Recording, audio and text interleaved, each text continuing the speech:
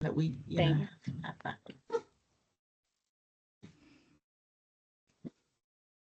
Keep an eye on I've got the people pane open. But if not, we've talked about a tentative other date and how the comms could work and hook onto results day. And, after you get your results, join us for this webinar so you can plan, your next module, finances for your next module. I was a lot more animated a few minutes ago. My painkillers are wearing off right now, so.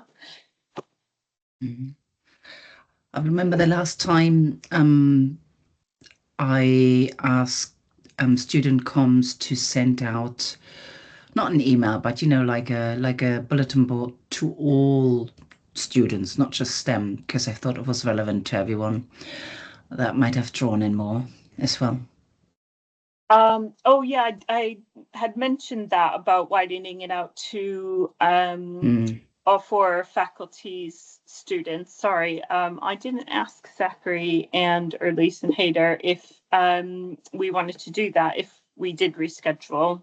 Do you want me to widen it out? I don't mind. I don't mind. Yeah, I mean, if it gets us a bigger turnout, then. I was going to say, to put it in perspective, I think we had about 400 registrations for this when we did it last summer. So when we opened it, we opened it up to all students. So we could open up to all students, or we could open up to all, Black OU students and leave it in that community instead. It is entirely to your group. So.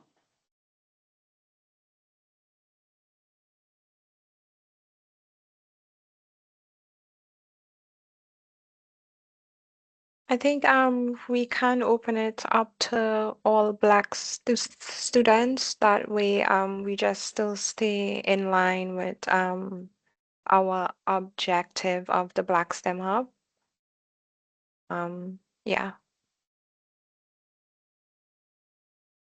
Yeah, because we could reach out to the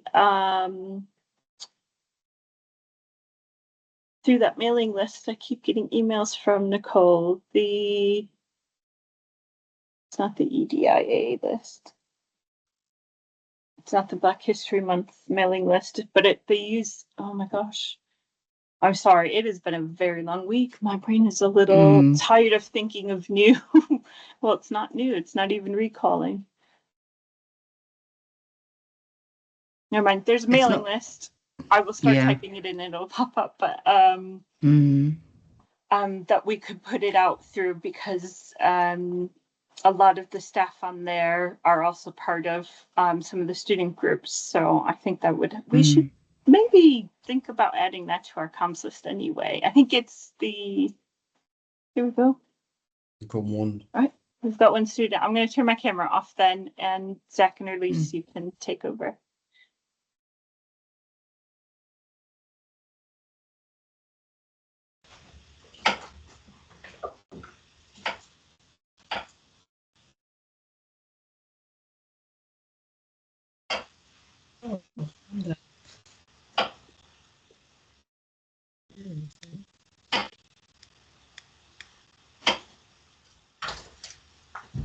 Hello.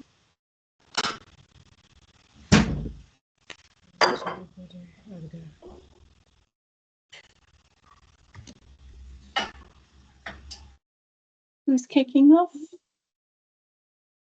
Hello? I don't know what we're gonna do. Are we gonna wait to see if any more people show up, or are we gonna just suggest, or are we gonna do it regardless? Are we gonna suggest to move it, or are we going to yeah? This is well, I don't want to put all the pressure on Zachary and Elise, but Nicole, what do you think?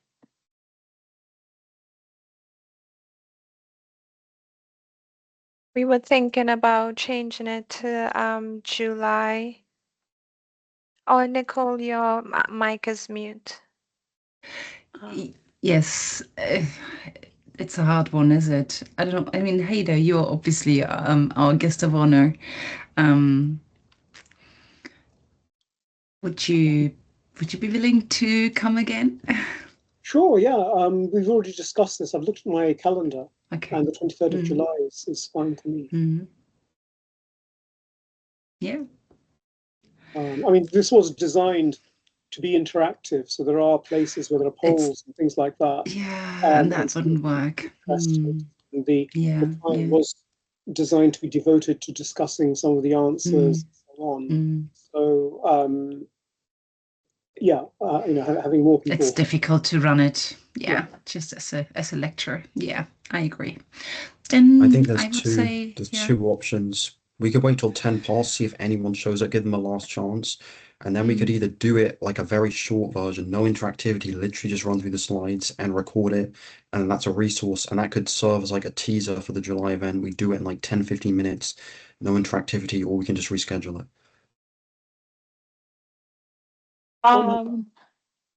Judith, what do you think since you've joined in? I'm very curious to get a student's opinion here. So we're in we've only got you and you are plenty. I didn't realise that. But we apologies, just, because of my Wi-Fi. Sorry, oh I'm my having my gosh, dinner. please do not apologise. But we were thinking we might move this, but so we can get some more students along. But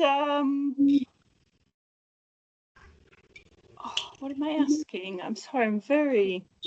You mentioned the 3rd of July. I can't do that. No, it's 23rd. 23rd. Yeah. 3rd, yeah, maybe. I mean, I just wanted the information. So for me, if it was recorded and I can listen, it's fine anyway. Okay. So that's my view. I've actually got a student loan, so I'm interested to have a bit more information on the whole process. I could send you the cheat sheet anyway, because I've pulled together some links from Haider's presentation. I've pulled out some of the tools and stuff that he's talking about into a little cheat sheet, and so I can send that over ahead of time, and then maybe you can come armed with some really, well, not super specific to you, but some good questions if there are any gaps there that the tools didn't address. Okay, that's fine. Don't know if I'm overpromising Haider there, but but at least students in the lineup here. That's yeah. Okay. Or we could do like a 10-minute run through. We could no interactivity, literally like just run through it, record it, then we send that out to everyone, put it on WhatsApp, put it on the website, and then we can and then people can come up with their own questions based on literally the quick run through, which we then do in the July event. That's a nice plan. Yeah. Is that all right with you, Hayden? Yep. Yeah. That's great. Well, let's go. So then should we start just from basically the money basic slide then, since we are just trying to record that section? Well, I think it would be we'd be remiss if we didn't mention our face-to-face event coming up, in case Judith was interested in coming along. So why don't we take it from here, and then you can hand over to Haider. How's that? Yeah. And then we're already recording, so whenever you'd like. Let's see. Sync. So it's the third slide, it's slide 3.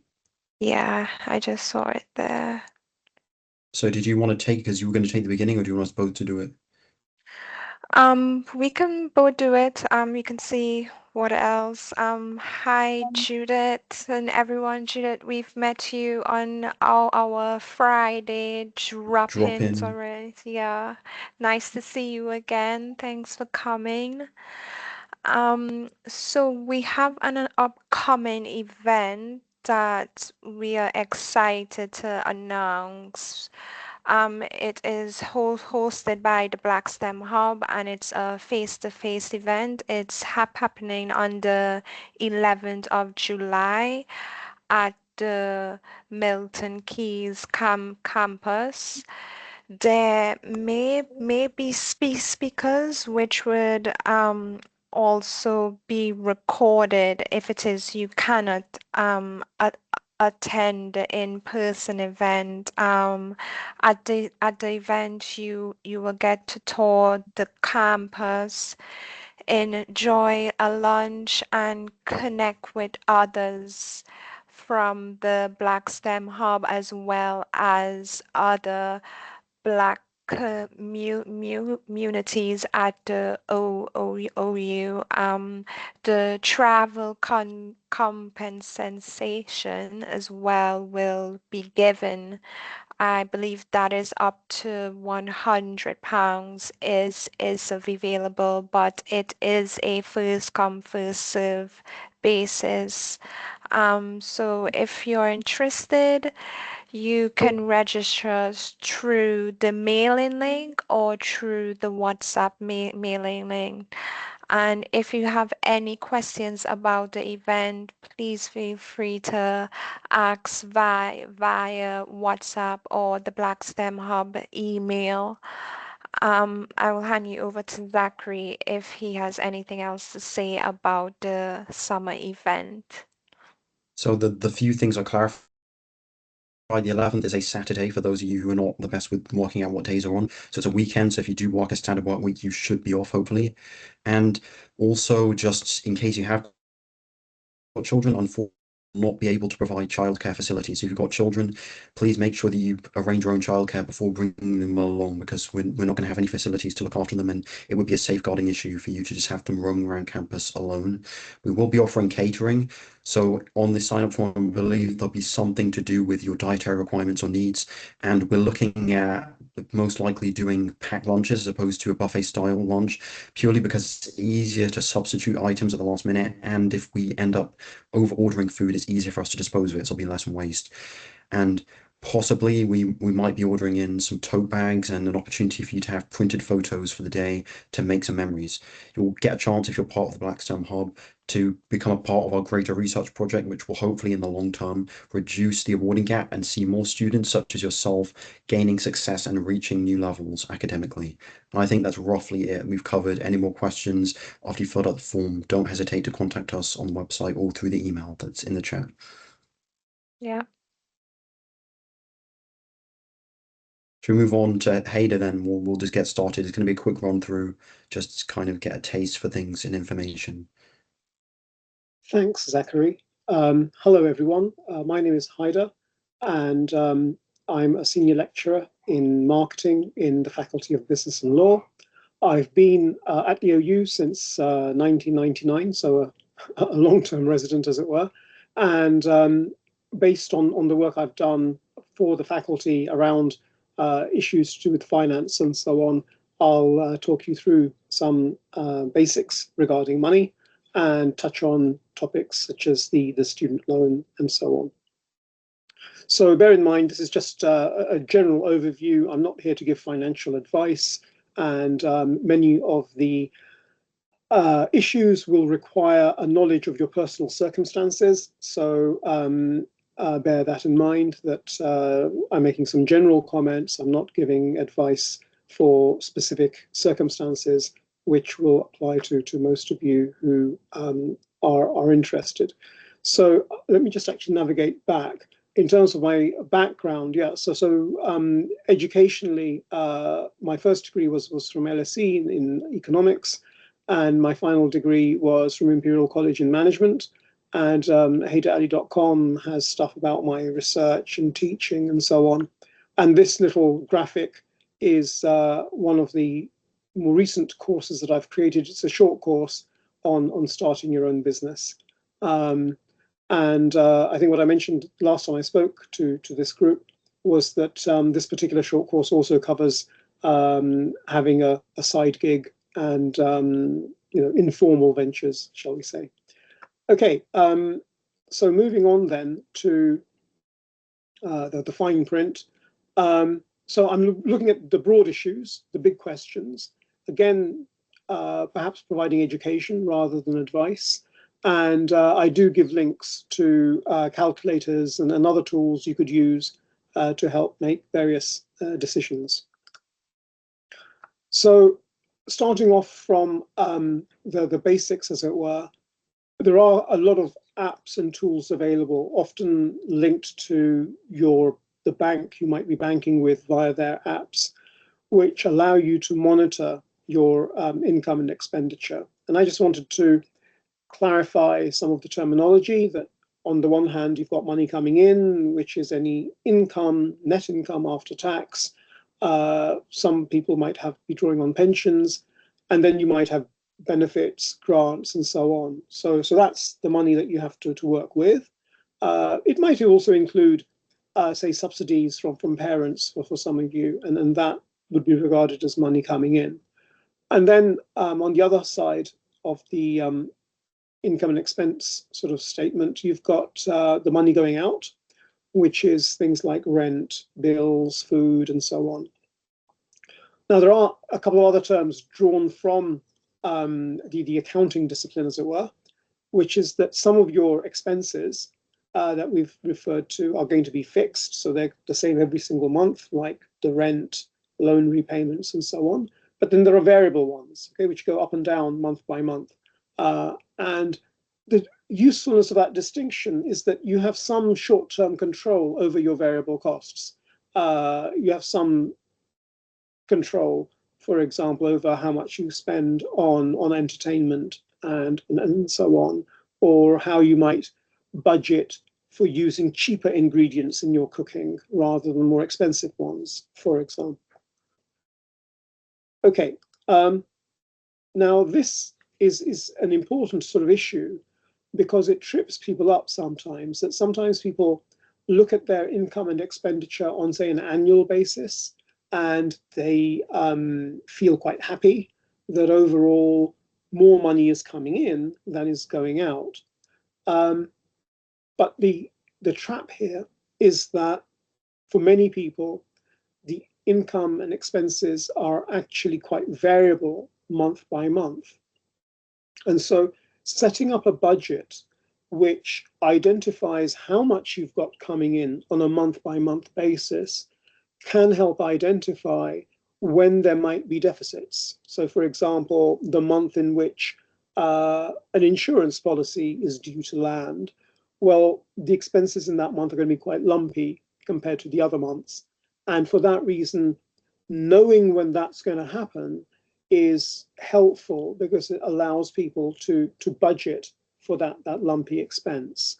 So again, various banking apps and so on allow you to create monthly sort of budgets, or in fact, through your OU registration, you have access to Microsoft Office 365, and your own modules might not necessarily require you to use it, but you do have access to an app called Microsoft Excel. And Excel is a really great tool for drawing up, for example, a monthly budget. And you'll find lots of YouTube videos showing you how to set up Excel to do this. So that's something which you can look into, but it is a great tool to have, and it'll help identify the lumpiness of income and expenditure and so on. So yeah, budgeting is an important issue, a sort of a basic foundation issue in personal finance, and this can be one way of getting it up and running. So moving on. Now this slide is somewhat contentious, and I'll explain why. What it says is that we can divide up expenses into those things which are needs that you can't skip, like rent, bills, food, minimum debt payments, and so on. And it distinguishes between those and wants. And it says there are other things which are like sort of eating out, going to the cinema, and so on, which are more, shall we say, in inverted commas, negotiable. and which you can choose to spend or not. Now, many years ago, there was a personal finance site by the name of The Motley Fool, which used to run in the UK. Now it's no longer there, but it still runs in the US where it first started.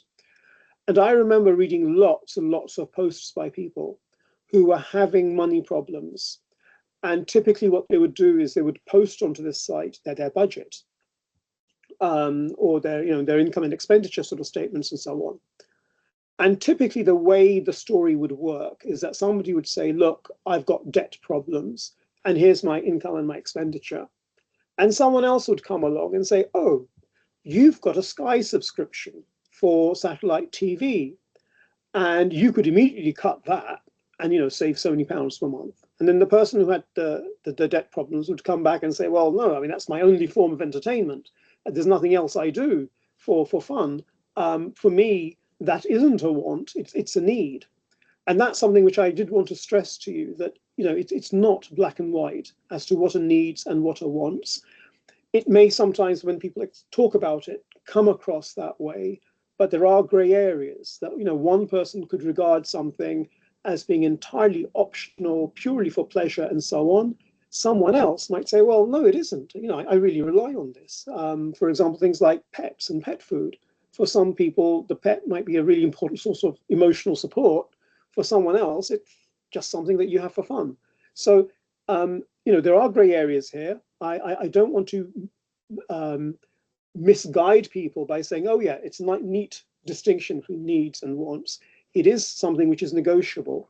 But I think at the same time, particularly when you're dealing with, say, families or groups of people within, say, a household budget, it can be useful to have discussions around, what do we really need to spend? What do we have to spend? And, what's negotiable? And particularly in the instance where people were having, say, debt problems, I think there were some interesting outcomes to this debate as to what do you really need to spend money on and what's, a luxury, etc. And, it's getting one's head around some of these issues. And finally, you've got that 20% on creating an emergency buffer or paying down expensive debt and so on. And I'll be coming to this point about what I mean by this term expensive debt in a second. So you've got some, particularly with financial issues, this importance of building habits, things that you become used to doing, which are beneficial and which are good. So, for example, just monitoring your expenses for 1 month, identifying what is going out and where and how and whether or not it can be controlled, for example. Secondly, things like savings, getting into the habit of savings, putting aside a small sum. It's one of those things which adds up over time. And once you have the discipline of doing it, long term, it really sort of pays off. And then you've got something I referred to previously, which is building a small buffer. And then finally, using a tool. Using a tool which you can use regularly.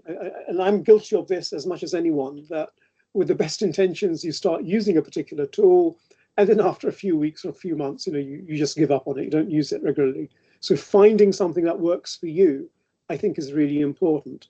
For some people, for example, an Excel spreadsheet is great.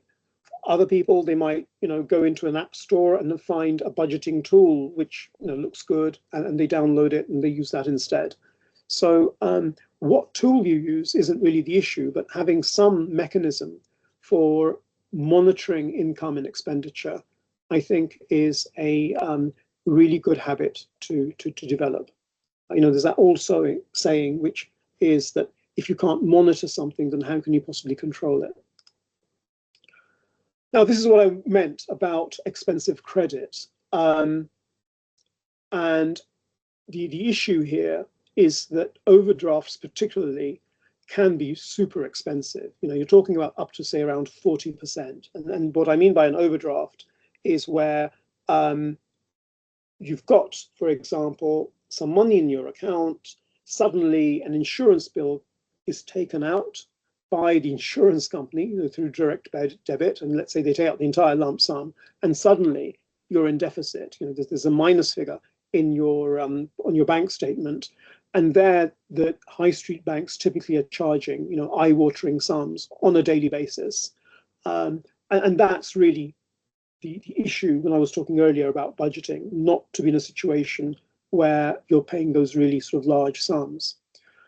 Now, so in overdraft, the issue is that, or the characteristic is that it's effectively the bank lending you money on an ad hoc basis because you didn't have sufficient funds, and they lent the money to you on an ad hoc basis. Personal loans are somewhat different. Here, it's you anticipating you will need money for a particular purpose. You know roughly how much it is and how long you'll need it for. So you go to the bank and say, look, I need this lump sum. And the issue here is this is the key distinction between the overdraft and the personal loan. If you don't go into an overdraft, you pay no overdraft fees, you pay no overdraft interest. It's simply a facility that's sitting there. But with a personal loan, as soon as the bank transfers the money into your account for the loan they've given you, they're going to start charging interest. However, that interest is significantly less than the overdraft that they otherwise would have charged. So it's useful in terms of highlighting the importance of planning ahead. That if you know you're going to need a certain lump sum of money at some particular point, you organize a loan because the interest is going to be way less than with an overdraft. But obviously, you've got to get it right, because if you take out loans for money you don't really need to spend, then you're paying interest, that you didn't need to. Nowadays, you also come across, for example, devices that many retailers and others are using, such as buy now, pay later, which is, for example, splitting a purchase into interest-free installments. And people like Amazon and various other retailers have these, and they say, look, if you're buying particularly for big ticket items, like say a computer or something, they say, yeah, make these small payments, spread them over time, and it's 0%. But if you spread it out for longer, then you will have to start paying interest. And I think as a business school academic, something that I think, comment on based on sort of research I've read and so on, is for ordinary people, it's worth remembering why these particular payment mechanisms have started proliferating and are being used by so many retailers. They're really a device to encourage people to spend. That's the long and short of it. That's the reason why Amazon and all these other guys have it, because the banks came to them and they said, look, if people aren't spending money with you because they feel they don't have the money, if you make it easier for them to make the decision that, yes, I can spend £500 today because I can spread the cost over a period of time, they'll make those big ticket purchases. So, the retailer is doing it to increase their sales. And so the lesson for us as consumers is that we have to be very wary how many such BNPL purchases we make, that they don't encourage us to spend more than we otherwise would have done, and that the sting in the tail is that if you have too many of these accumulating and you find it hard to make the repayments, you then get shifted onto really expensive payment schemes where the interest rates are, eye-wateringly high. So that's one of the things to bear in mind, that typically many schemes used by retailers to encourage people to spend can have a sting in the tail, and it's important to watch out for that. Okay, so let's move on to the next issue, which is related to this, which again you might come across as an offer made to you by a bank or other financial institution, which is a 0% balance transfer. Now this can sound, again, too good to be true, which is where the bank is saying to you, we will give you X thousand pounds for so many months, could be 12 months, 15, 24, whatever, and it's 0%. And you think, crikey, this is a free gift, as it were. But there's a sting in the tail. It goes like this. First of all, it's not free. They will charge you a one-off balance transfer fee. Okay, it's usually around something like 3%.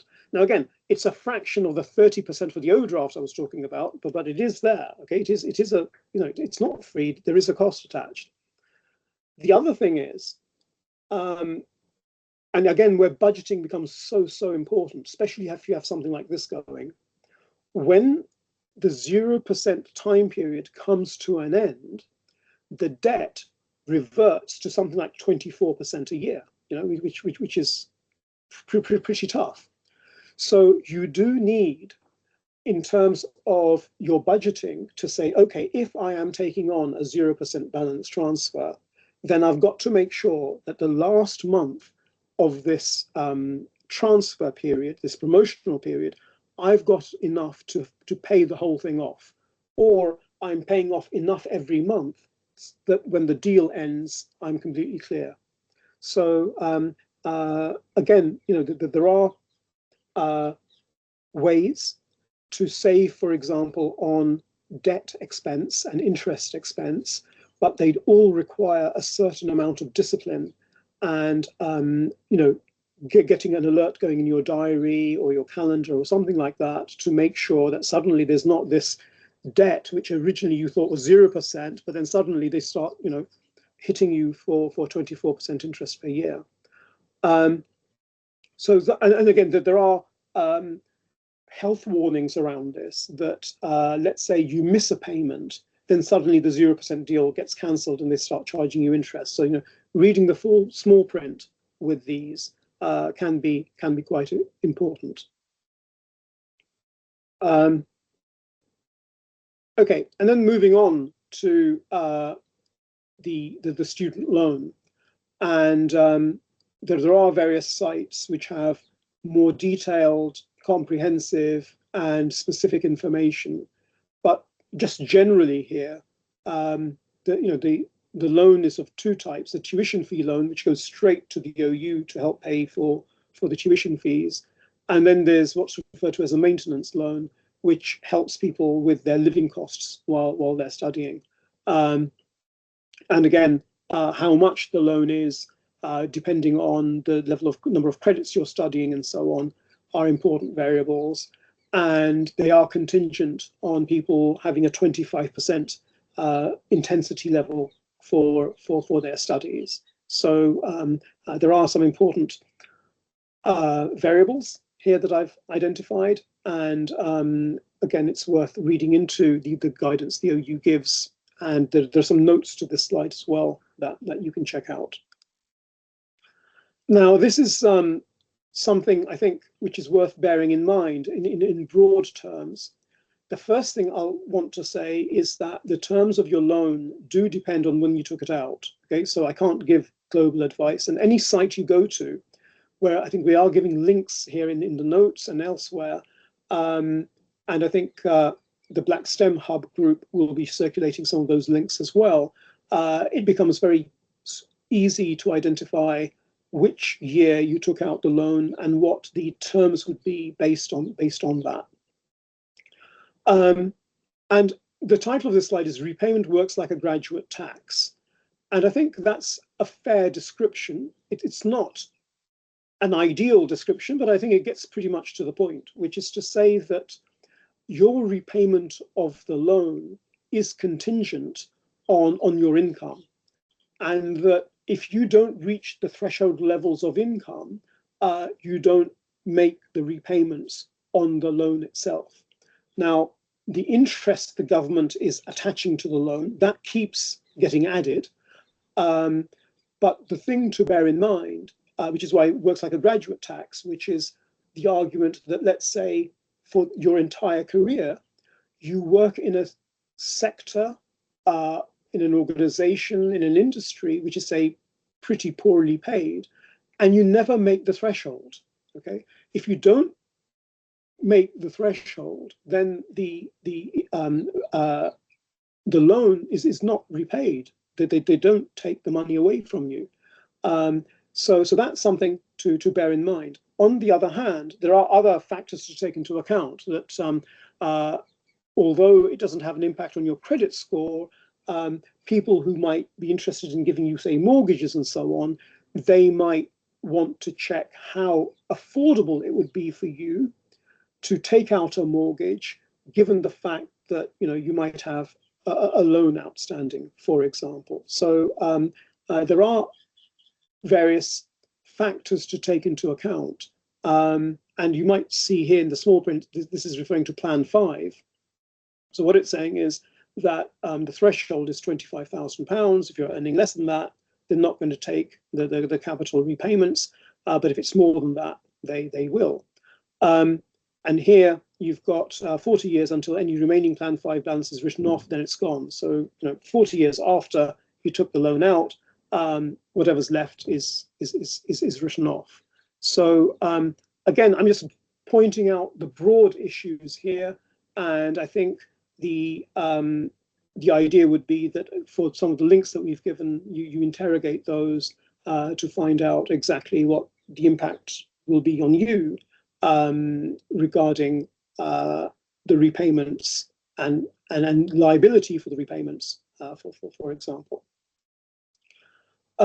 So yeah, here are various sources, not least the OU and the advice that it gives. You've got a very highly regarded site, some of you would have heard of, called moneysavingexpert.com.